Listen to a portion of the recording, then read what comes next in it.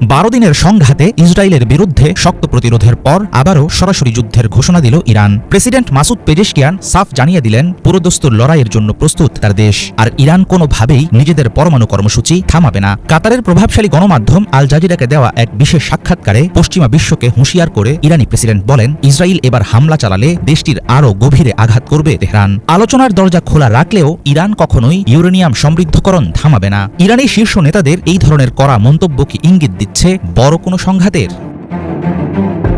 ইরানের পারমাণবিক কর্মসূচি নিয়ে শান্তিপূর্ণ সমাধান খুঁজছে পশ্চিমা দেশগুলো। এমন গুঞ্জনের মাঝেই আবারও সামনে আসলো মাসুদ পেজেশকিয়ানের এই হুঁশিয়ারি। গত জুন মাসে যুক্তরাষ্ট্রের সহায়তায় ইরানের পরমাণু স্থাপনায় ইসরায়েলি হামলার ক্ষয়ক্ষতি নিয়ে ওয়াশিংটনের দাবি অতিরঞ্জিত বলে জানায় তেহরান। পেজেশকিয়ান দাবি করেন, ইসরায়েলের লক্ষ্য ছিল ইরানের শীর্ষ নেতৃত্ব ও পরমাণু বিজ্ঞানীদের হত্যার মাধ্যমে দেশের শাসন কাঠামো ভেঙে ফেলা, কিন্তু এই পরিকল্পনা সম্পূর্ণ ব্যর্থ হয়েছে। এমনকি 15ই জুন তেহরানে পেজেশকিয়ানকে হত্যা চেষ্টাও ছিল সেই ষড়যন্ত্রের অংশ।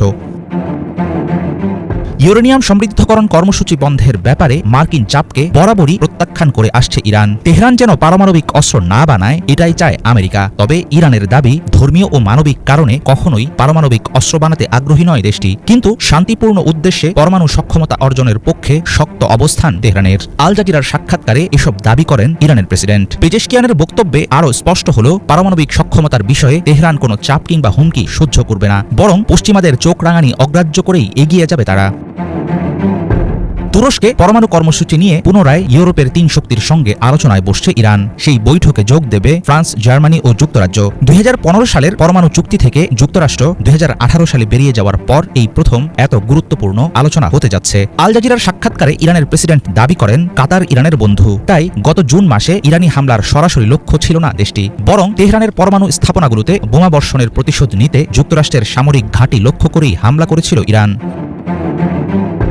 যুদ্ধ প্রস্তুতি ছাড়াও আন্তর্জাতিক পরমাণু সংস্থার সঙ্গে ইরানের সম্পর্ক নিয়ে ধারণা দিয়েছেন মাসুদ পেজেশকিয়ান। তিনি জানান, সংস্থাটির সঙ্গে পুরোপুরি সম্পর্ক ছিন্ন করেনি তার দেশ, বরং তাদের কার্যক্রম আংশিকভাবে স্থগিত করেছে। ভবিষ্যতে আবারও পর্যবেক্ষকদের বিষয়টি বিবেচনা করা হবে বলে মন্তব্য করেন পেজেশকিয়ান। সাম্প্রতিক সময়ে পরমাণু সমৃদ্ধকরণে ইরানের অনড় অবস্থানের কথা জানিয়ে আসছেন দেশটির সর্বোচ্চ ধর্মীয় নেতা, প্রেসিডেন্ট, পররাষ্ট্রমন্ত্রী, ইসলামিক গার্ডস কমান্ডার সহ তেহরানের শীর্ষ নেতারা। এমন পরিস্থিতিতে এখন প্রশ্ন হল, নিজেকে রক্ষার স্বার্থে অচিরেই কি পারমাণবিক অস্ত্র তৈরির দিকে ঝুঁকবে ইরান?